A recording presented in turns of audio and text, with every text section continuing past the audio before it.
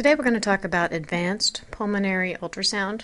At this point you should have seen the lecture already on basic pulmonary ultrasound, including pneumothorax, pleural effusions, and pulmonary edema. This talk will expand on that talk and remind you of some of the key points.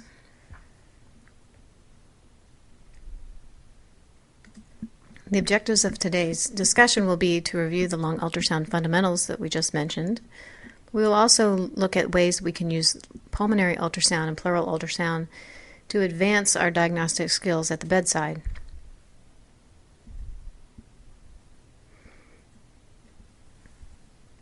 There are two different probes we can use and we often use when looking at the lungs. The first is the phased array low-frequency probe. Some people call it the cardiac probe. But essentially it's a low-frequency probe which gives you high degree of penetration but not a great deal of resolution. This is best when we are looking at pulmonary edema, deeper effusions, consolidations, and also surveying the landscape for potential procedure planning such as thoracentesis. In contrast, the linear probe is a higher frequency probe which gives you a great deal of detail but not a great deal of depth. We use this to evaluate the pleural line for pneumothorax, as well as to allow for real-time guidance of our procedures. When you're having difficulty obtaining an image of the lungs, it's often frustrating. The lungs themselves are fairly impossible to see in a normal aerated lung because air will scatter ultrasound waves. But in addition, there are other things that can interfere with our picture. These include subcutaneous emphysema, poor patient positioning, overlying obstructions such as the EKG pads, the monitor clips, and if you're not using enough gel, you will get air in between the probe and the skin, and this can interfere with your picture. Lastly, make sure you have the correct probe for the purpose of your scan. There are several key probe positions. The indicator for the evaluation of the anterior chest should go towards the head. This is the orientation marker. And anteriorly we look at the sagittal orientation with cephalocaudate orientation, intersecting two ribs and the pleural line beneath. Laterally, with the probe indicator again towards the head, we achieve a coronal picture. And it's important to scan all 8 lung zones to evaluate for a complete chest exam. We have 2 anterior lung zones on the right and left, 2 posterior lateral lung zones on the right and left.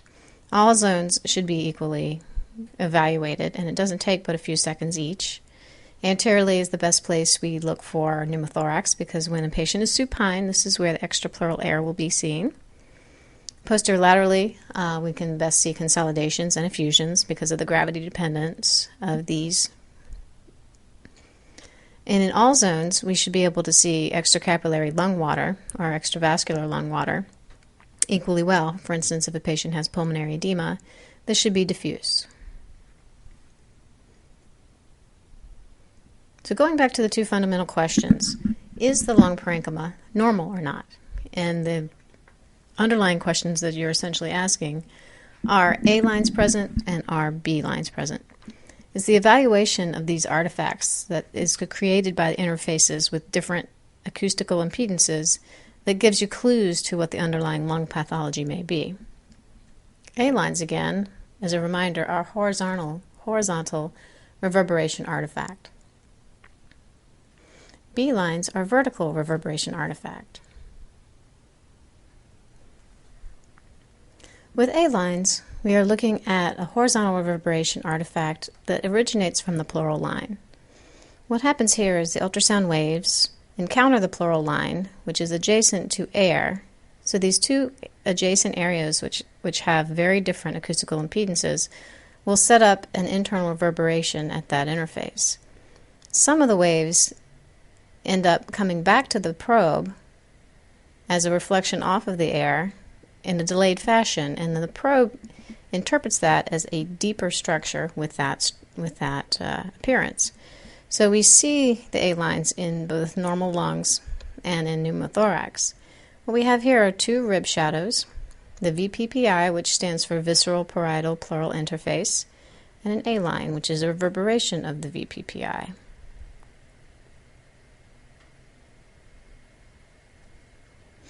Also, you'll note that A lines are spaced in the multiples of the chest wall pleural line distance. You will see this orientation and distance repeated deeper and deeper. If you have a deeper picture, you'll be able to see repetitions of this at the same distance.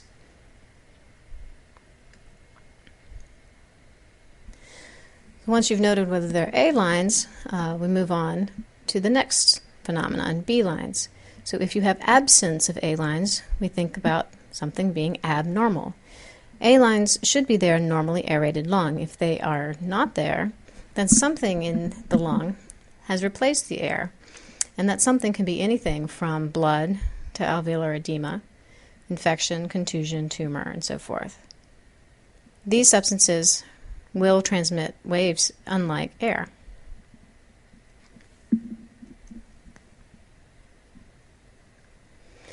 It's important to go back over basic lung anatomy so we can understand the origination of some of these artifacts. You'll note that the interlobular septae that come up to the pleural line are situated approximately 7 millimeters apart in most people, while the alveolar sacs are approximately 3 millimeters apart. You should note that difference for being able to understand the different types of B lines. Fluid that collects in these areas will create vertically oriented artifacts that are spaced similarly. For example, we have normal lung parenchyma with the bronchioles and the alveolar sacs. And next to it, we can appreciate pulmonary edema. What we have here are fluid-filled sacs and thickening of these interstitial areas, thickening of the interlobular septae. What happens is fluid that's trapped in these interlobular areas of thickening gets trapped, ultrasound waves get trapped, and reverberations are set up. B lines are essentially the ultrasound equivalent of radiological curly B lines. You can see here how these curly B lines come up to the surface perpendicularly. There are essentially two types of B lines. First is spaced approximately 7 millimeters apart from the pleural line, and the second is 3 millimeters apart, and this coincides with whether the fluid is trapped in the interstitium or whether the fluid is trapped in the alveoli. The 3 millimeter spacing, or confluent B lines, is the ultrasound equivalent of the radiological finding on a CT scan of ground glass.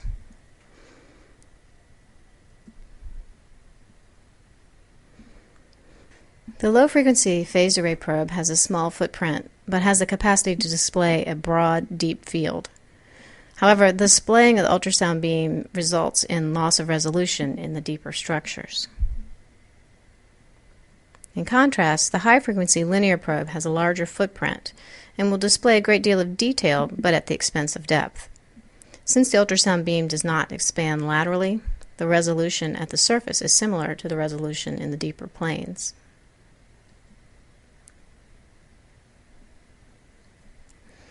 When we use this high-frequency probe, it's a very excellent view of the pleural line in sliding. You will see some examples of this. So now we're going to use this high-frequency image to analyze artifact. We can't see the lung itself, but we can see the artifact created by the interfaces between tissues that have very different impedances, such as pleural line and lung. Here's the visceral parietal pleural interface, and what we're seeing here is the sliding sign. And it tells us that the visceral parietal interface is intact. In other words, the visceral pleura is adjacent to the parietal pleura, and they're sliding against each other. You can appreciate these very small B lines that show you the motion. The motion at the sliding sign at the pleural interface looks a bit like ants crawling across or shimmers. We have very minor B lines here, and there's an A line, because this lung is mostly aerated. In the findings of a pneumothorax, we have the probe oriented towards the head. But if the lung falls away from the chest wall, then we have a pocket of air in between the probe and the lung, and therefore we will not see that sliding because the parietal pleura and the visceral pleura are no longer together. Instead, we see something like this. What we have here is no sliding at this interface, no B lines, small B lines going back and forth, and we do have an A line because this is A for air. A lines can be seen in either aerated lungs or in pneumothorax. It doesn't tell you where the air is. It can be either in the lung or outside the lung, but it does tell you there's air.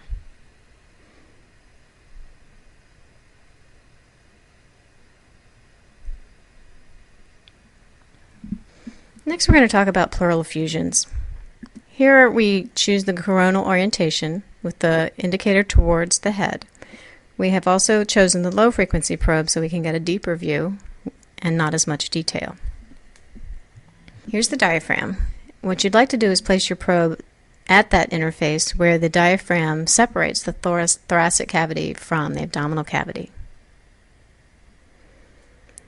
You can also notice that the vertebrae are more visible in the thorax than in situations where there is no fluid in the lung. This is because pleural fluid conducts ultrasound beams, but air does not.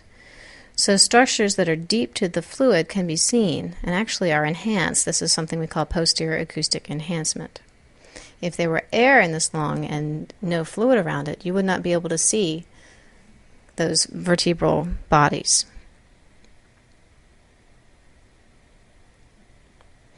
Here's an example of a chest with no fluid. And what we're seeing here is something called a mirror sign. Mirror image artifact is when you have ultrasound beams coming through the liver or the spleen, reflecting off of the diaphragm and not able to go through because the lung on the other side will scatter the ultrasound beam, reflecting off the diaphragm and coming back to the probe in a delayed fashion. When this happens, the probe reads that delayed fashion as liver tissue or spleen tissue deeper to the diaphragm, and therefore it appears that there's liver on both sides of the diaphragm. You'll also notice that you can't see the shadows of the vertebral bodies above the diaphragm, and this is because ultrasound waves are being scattered by the air. We call this the spine sign, where no vertebral shadows can be seen above the diaphragm, and that helps us appreciate that there is no fluid above the diaphragm. Moving on to pneumonia. About 88% of consolidations, 88 to 90% of consolidations can be seen with ultrasound. The characteristic features we look for are hypoechoic consolidations with hyperechoic lines running through. For example, here you have this hypoechoic lung, which is dark because it's been infiltrated with some sort of fluid, whether it's pus or atelectasis. Then we see the hyperechoic horizontal lines that represent the bronchograms.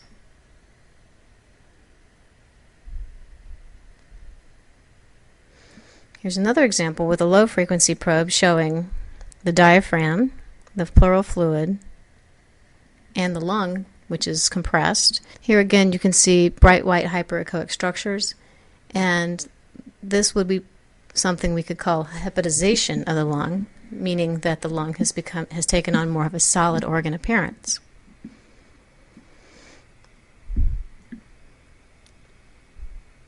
So again, we're going back to our artifact analysis. We have A lines and B lines, sliding sign and mirror images. When we follow these throughout the lung examination, we can extrapolate what may be going on underneath. What's really important to note is where these artifacts are located, because it will tell you a lot about the underlying pathology. Daniel Lichtenstein of France is one of the key fathers of pulmonary ultrasound in critical care. He developed the BLUE protocol to diagnose causes of acute respiratory failure. He did this by taking patients with a diagnosis of acute respiratory failure and scanning their chest. He did this alongside the usual diagnostic tests, including chest x-rays and CTs. What he found was that he recognized certain patterns of artifact of A lines and B lines and sliding and so forth that correlated with the ultimate clinical and radiological diagnoses. This was an observational study over 4 years, and it took all of the patients admitted to his ICU with one sonographer scanning their chest.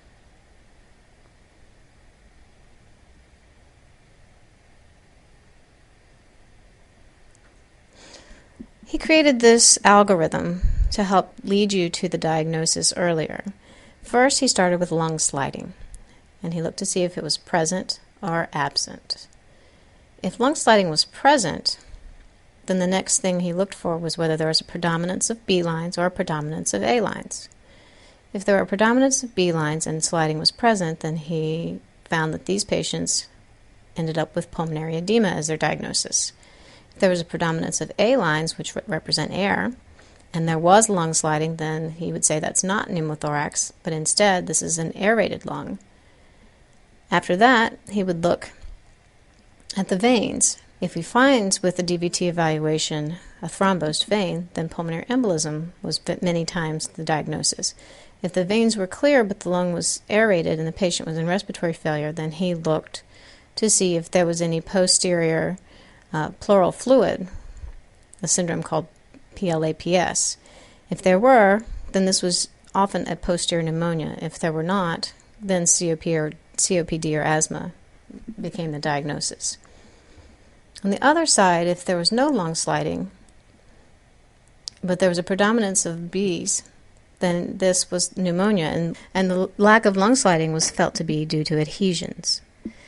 If the lung sliding was absent and there was a predominance of A lines, then the diagnosis often was pneumothorax. Here's some examples. If you have a predominant A profile with A lines on both sides and sliding, then this turned out to be COPD, reactive airway disease, PE, or a pneumonia in the posterior fields. Without sliding, pneumothorax was often the diagnosis. For predominance of Bs bilaterally, the common outcome was pulmonary edema.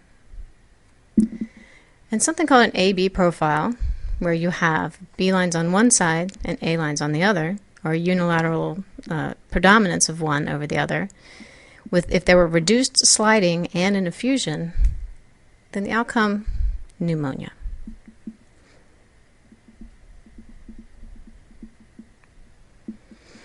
Just to mention the utility of PA catheters compared to ultrasound for trying to understand the causes of respiratory failure.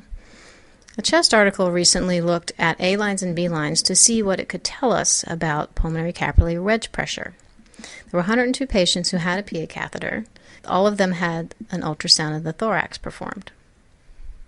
The findings were that if there were an A line predominance, then the wedge pressure was always less than 18. B line predominance did not allow you to make a conclusion about the wedge because cardiogenic pulmonary edema and non-cardiogenic pulmonary edema can often appear similar.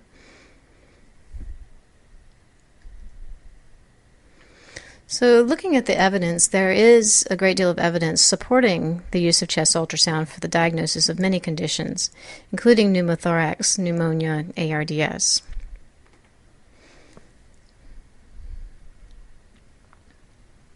For example, chest ultrasound has been shown to be superior to x-rays and physical examination for differentiating CHF from COPD. This is often a problem with our patients who come in who have a history of both. They come in short of breath and you're trying to figure out what you need to do with them.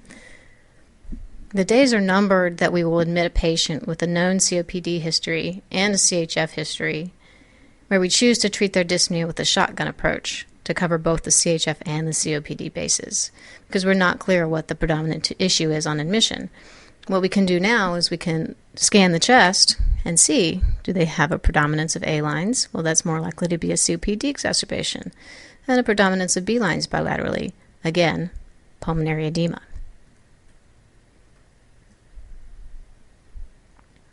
It's also been shown that chest ultrasound is superior to plain films for diagnosis of pneumothorax, and this is in a supine patient. Ultrasound is much more sensitive than chest x-ray and similarly specific as chest x-ray. If you think about it, a patient who has a pneumothorax in the supine position, the air is anterior, and therefore a chest x-ray is not likely to show you a pleural line. And the average time to diagnosis of pneumothorax with ultrasound is just on the order of a few minutes, whereas often there's a delay that can be significant in the patient's management if you use chest x-ray. Here's an example. What's wrong with this picture? Well, it doesn't look like anything. Your patient is short of breath. It looks like they may have some fluid overload, but you would completely miss the underlying reason for this patient's shortness of breath, which is seen on CT. This patient has a large anterior pneumothorax, which was not appreciated on the chest x-ray. And when scanned, what you would find would be on the normal side, where the lung was inflated, you have a sky ocean beach picture. And on the positive side, where the pneumothorax exists, the beach has disappeared. This is a review from the prior lecture where it tells you that when there is sliding and the lung is moving back and forth, you get this difference in the tissues, where you see sky and ocean, which is from the muscle layer, but the beach is the lung sliding back and forth. If the lung is dropped out of the picture, you don't see anything below that pleural line because of the air, and the entire thing looks like a barcode or a stratosphere.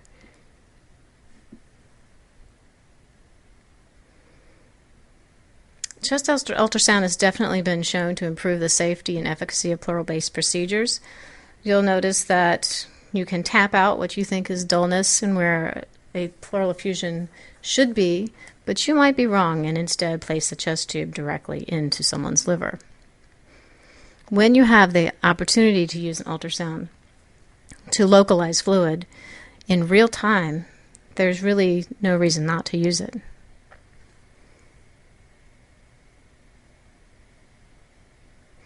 So here we go with the diagnostic dilemma. Shortness of breath. Do we have CHF, ARDS, COPD, any number of things? What's going on with this patient? In order to get a jump start on the appropriate therapy, use your ultrasound. Example number 1. Patient is acutely short of breath, and this is what you find. We have an IVC that's plethoric, not with any respiratory variation that's significant, bilateral B lines.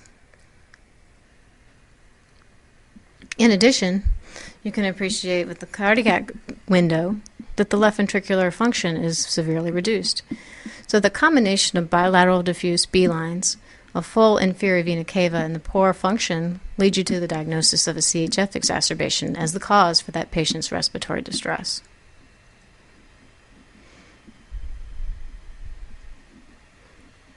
Another example, patient short of breath. And what we see is a very hyperdynamic heart with a little bit of right ventricular enlargement and bilateral A lines. Well, what is a diagnosis that can combine right ventricular strain and normally aerated lungs? If you're thinking PE, then you're thinking correctly. Look down in the legs, place compression venography, and if you cannot compress the vein, then you are looking at PE.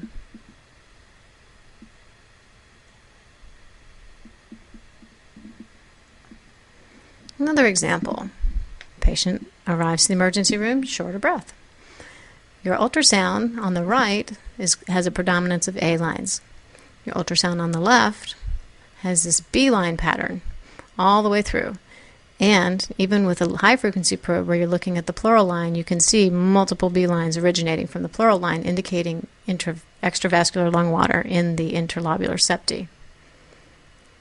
Chest x-ray might appear such as this.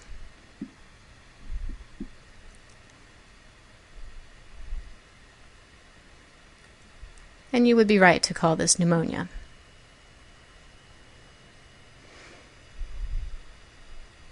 So in summary, pulmonary ultrasound is actually not new. We just newly appreciate what we can do to appreciate artifacts and help us lead to diagnosis early. The evidence supports the use of chest ultrasound, and there's many advantages of ultrasound over the traditional studies of the chest, including decreased ionized radiation, decreased time to results, and decreased patient discomfort.